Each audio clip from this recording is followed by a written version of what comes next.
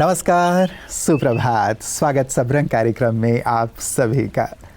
मित्रों, आज सुबह सुबह एक मैसेज पढ़कर बहुत ज़्यादा ज़ोर से हंसी आई, जिसमें प्रेरणा भी समाई हुई थी।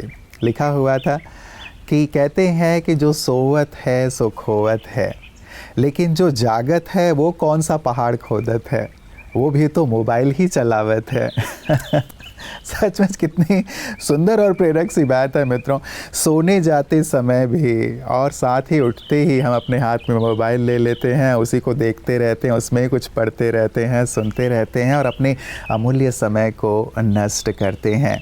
अध्यात्म ये कहता है मित्रों कि सोने से पहले और उठते ही कम से कम आधे घंटे का वक्त अपने आप को दें, उसमें कुछ अच्छा चिंतन करें, परमात्मा चिंतन हो, अच्छी किताबों का अध्ययन हो, क्योंकि जब हम सोते हैं तब का हमारा चिंतन, जब हम उठते हैं तब का हमारा संकल्प और चिंतन हमारी पूरी जीवन को प्रभावित करता है। ज़रूर कुछ दिन ये करके देखें। जैसे कल हमने मुस्कुराने का चैलेंज लिया था, वैसे ही आज ये हम चैलेंज लें, आज और कल के लिए, कि सोने से आधे घंटे पहले और उठते ही आधे घंटे कम से कम अच्छा आध्यात्मिक चिंतन करके ही दिवस का अंत और दिवस का प्रारंभ करेंगे। ठीक है, ये चैलेंज स्वीकार करेंगे ना?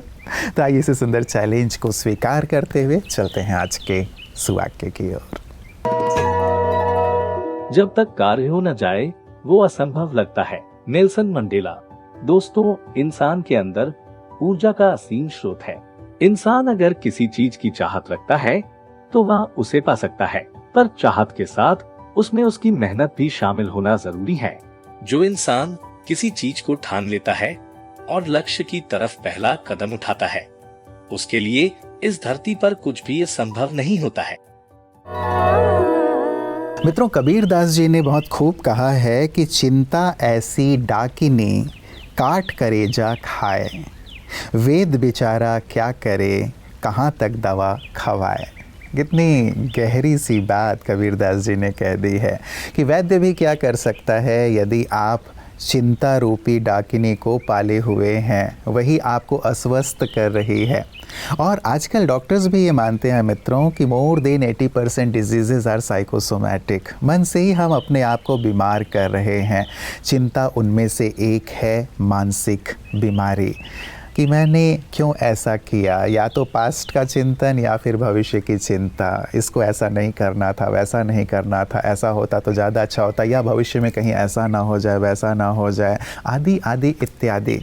हम अपने मन को जितना चिंता से मुक्त रखेंगे मित्रों, उतना ही हम संपूर्ण स्वस्थ रहेंगे। तो क्यों ना, यदि तन अस्वस्थ है तो दवाइयाँ लेने के साथ साथ मन के स्वास्थ्य का भी हम स्वयं ध्यान रखें, क्योंकि मन स्वस्थ होगा तो तन भी स्वतः ही स्वस्थ होता चलेगा। तो आइए आज चिंता मुक्त रहने के सुंदर संकल्प के साथ, मन को सशक्त बनाने के सुंदर संकल्प के साथ चलते हैं आज के आपकी सेहत आपके हाथ की ओर। ओम शांति फ्रेंड्स। तो दोस्तों, हम डायबिटीज़ के मरीजों के लिए भोजन की बात कर रहे थे। ये खाली डायबिटीज़ के मरीजों की बात नहीं है, वैसे ये आपको ब्लड प्रेशर है, डायबिटीज़ है, हार्ट डिजीज़ है, सबके लिए बहुत अच्छा भोजन है दोस्तों। नाश्ता करने के 2 घंटे बाद, 8 बजे आपने ब्रेकफास्ट किया, फिर लगभग 2 या ढाई घंटे के बाद 11 बजे के आसपास एक फ्रूट, सीजन का जो भी फ्रूट, चाहे वो सेब हो, संतरा हो, वो आप ले सकते हैं दोस्तों, या मौसमी ले सकते हैं। जूस नहीं पीना आपको, किसी भी फॉर्म में जूस नहीं पीना है आपको। फ्रूट खाना है और उसमें सलाद, मतलब उसमें जो है फाइबर के साथ लेना है। फिर 11 बजे के आसपास, 1 बजे के आसपास आपको लंच लेना है। उससे पहले फिर आपको जैसे इसबगोल, 2 चम्मच इसबगोल आप पहले 1 चम्मच डालिए, ऊपर से आधा गिलास पानी सिप बाई सिप पीजिए, फिर 1 चम्मच और मुंह में डालिए, उसके बाद सिप बाई सिप पानी पीजिए। उसके ऊपर फिर आप 1 प्लेट सलाद, उसके बाद आप रोटी सब्जी ले सकते हैं। रोटी हमने बताया, जो रोटी के लिए क्या करना है आपको, कैसा आटा बनाना है। लगभग 4 किलो गेहूँ और 3 किलो चना। तो लगभग हम डेली अगर हम गेहूँ चने की रोटी खाएं, 4 किलो गेहूँ 3 किलो चना, और मोटा आटा थोड़ा मोटा पिसवाएं, और खाना बनाने के 1 घंटा पहले अगर हम आटा भिगो लें तो आटा थोड़ा फूल जाता है। और फिर उसकी चपाती और सब्जी जो भी सीजनल वेजिटेबल है वो सब्जी आप यूज़ करें। अगर डायबिटीज़ है, आलू को अवॉइड करें, और बाकी जो भी सीजनल वेजिटेबल वो आप यूज़ कर सकते हैं। और उसमें भी लाल मिर्च ना डालें, गरम मसाले मत डालें, और साथ में दाल छिलके वाली 1 कटोरी दाल छिलके वाली आप यूज़ करें। कोई भी दाल सीजनल ले सकते हैं। और अगर आपको राइस भी लेना है तो आप राइस, सिला राइस या पार्बोइल्ड राइस आता है, ब्राउन राइस, वो आप साथ में ले सकते हैं। साथ में लस्सी, जिसे बटर मिल्क कहते हैं, वो 1 गिलास ले सकते हैं। दोस्तों लंच इस तरह का अगर आप यूज़ करते हैं और चबा चबा खाना खाएं, आराम से खाएं, शांति से खाएं, तो आप देखेंगे आपका एक अच्छा लंच तो आपको डायबिटीज़ कंट्रोल करने में बहुत मदद करेगा। ओम शांति। मित्रों, जब हम मंदिरों में जाते हैं तो देवी देवताओं के कितने आकर्षक खूबसूरत मूर्तियों को देखते हैं, लेकिन जब शिव मंदिर में जाते हैं तो वहाँ हमें एक लिंग दिखाई देता है और वहाँ की जो पूजा की विधि है वो भी बिल्कुल ही अलग दिखाई देती है। देवी देवताओं की पूजा अलग रूपों में, लेकिन परमात्मा शिव की पूजा अलग रूप में, उनके ऊपर बेल, धतूरा, भांग, कई चीज़ें चढ़ाई जाती हैं। तो मन में कई प्रकार के प्रश्न उठते हैं कि ऐसा शिवलिंग के साथ क्यों किया जाता है या परमात्मा शिव की इस रूप में क्यों पूजा की जाती है। शिव संदेश में जो 12 ज्योतिर्लिंगमों की हम चर्चा कर रहे हैं, दर्शन कर रहे हैं, उससे ये आध्यात्मिक भाव प्रतिदिन हमें स्पष्ट होते चल रहे हैं कि ऐसा क्यों किया जाता है और सचमुच ये आध्यात्मिक भाव हमें आह्लादित कर रहे हैं। आइए आज आपको लिए चलते हैं नागेश्वर ज्योतिर्लिंग की ओर, जो कि गुजरात के द्वारका में स्थित है। इसके पीछे भी बहुत ही गहन आध्यात्मिक मर्म है मित्रों, आइए देखते हैं।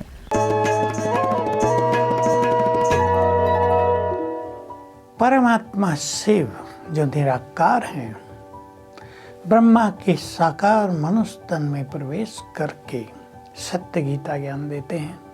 ज्ञान सागर एक वही है, उसके अलावा और कोई ज्ञान सागर होता ही नहीं।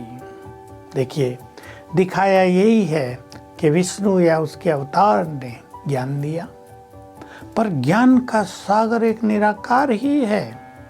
जिनको शरीर है, जो शरीरों में आ गए, जो पुनर्जन्म में आ गए, उनके पास संपूर्ण ज्ञान हो ही नहीं सकता। तो निराकार परमात्मा ज्ञान के सागर हैं। अभी ज्ञान के सागर हैं तो उनका ज्ञान किसके लिए? वो जरूर ज्ञान देंगे ना। तो वो प्रजापिता ब्रह्मा के मुख को आधार बनाकर सबको ज्ञान देते हैं। हम सब उनसे ज्ञान प्राप्त कर रहे हैं, इसलिए हम सबके चित्त के अंधकार दूर हो गए हैं। एक राह मिल गई है। मुक्ति चाहिए तो मुक्ति में जाने की राह, जीवन मुक्ति चाहिए तो वहाँ जाने की राह हमें मिल गई है। अब सबको भी हम आह्वान कर रहे हैं कि सच्ची शिवरात्रि मनाएं, शिव से सत्य ज्ञान लेकर अपने चित्त में समाये हुए अज्ञान के अंधकार को दूर कर लें। शिव, आप सोच लें, जो ज्ञान का सागर है, अनंत ज्ञान जिसके पास है, वे आकर सृष्टि के आदि मध्य अंत का ज्ञान दे रहे हैं। मित्रों, कहते हैं महत्व तो इंसान का नहीं लेकिन उसके स्वभाव का है। कोई तो एक पल में हमारा दिल जीत लेता है और कोई पूरे जीवन साथ रह कर के भी दिल नहीं जीत पाता अपने स्वभाव के कारण। क्यों ना हम अपने स्वभाव को ऐसा मृदु बनाएं, ऐसा सुंदर बनाएं कि सभी लोग हमें पसंद करें, सभी के हृदय में हम बस जाएं। कई बार हम इंतज़ार कर रहे होते हैं कि सामने वाला अच्छा व्यवहार करे, अच्छा स्वभाव रखे मेरे साथ, तब मैं भी अपना स्वभाव अच्छा रखूं, व्यवहार अच्छा रखूं। ऐसा नहीं है मित्रों। यदि हम अच्छा देंगे तो सृष्टि का नियम है कि हमें अच्छा ही मिलेगा। यदि सामने वाला अच्छा ना भी दे रहा हो तो भी वो उसके कर्म, लेकिन मैं अच्छा स्वभाव या अच्छा व्यवहार रखता हूँ तो मुझे अच्छे से अच्छा ही मिलेगा। तो क्यों ना हम अपना स्वभाव, अपना व्यवहार सबके साथ श्रेष्ठ रखें। और यही सुंदर कला कि कैसे ये सहजता से किया जा सकता है, अध्यात्म हमें सिखाता है और इसका ही ज्ञान ब्रह्मा कुमारियाँ सभी को दे रही हैं। आइए देखें पीस न्यूज़ हाइलाइट्स में।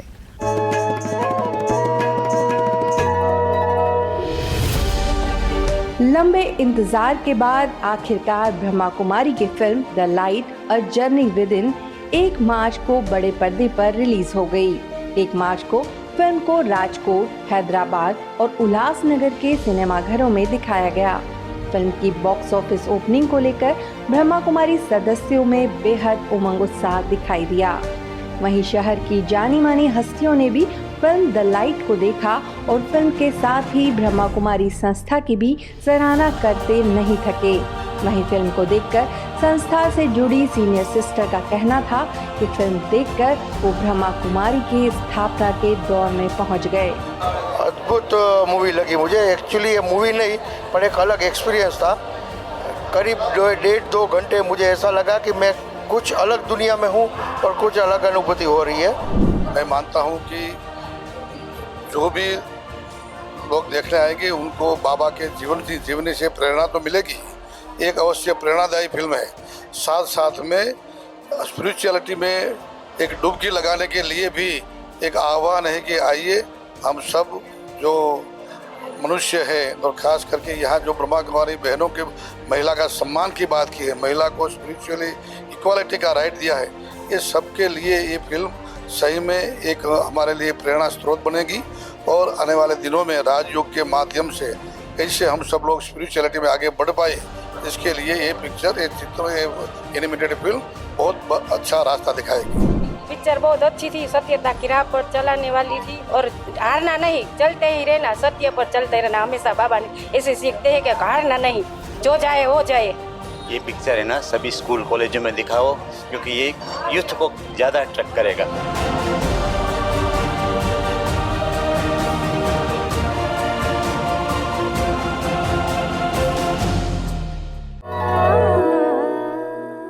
मित्रों, हमारे बड़े बुजुर्गों ने एक बहुत ही प्यारी सी बात, एक सीख हम सबको दी है जो बहुत ही काम की है।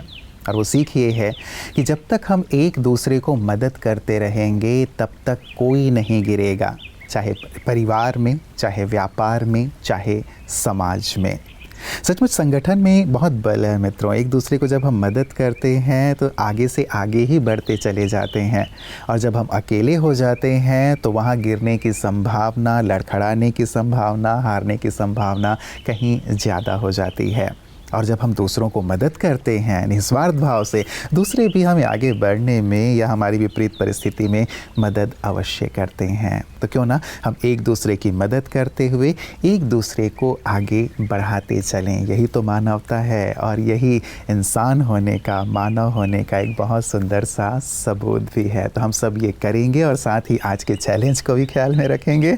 सुबह उठते ही और रात को सोते समय कम से कम आधे घंटे मोबाइल से मुक्त हो करके अपने आप को सुंदर चिंतन में या सुंदर अध्ययन में ज़रूर लगाएंगे। तो आज का चैलेंज ज़रूर याद रखिएगा।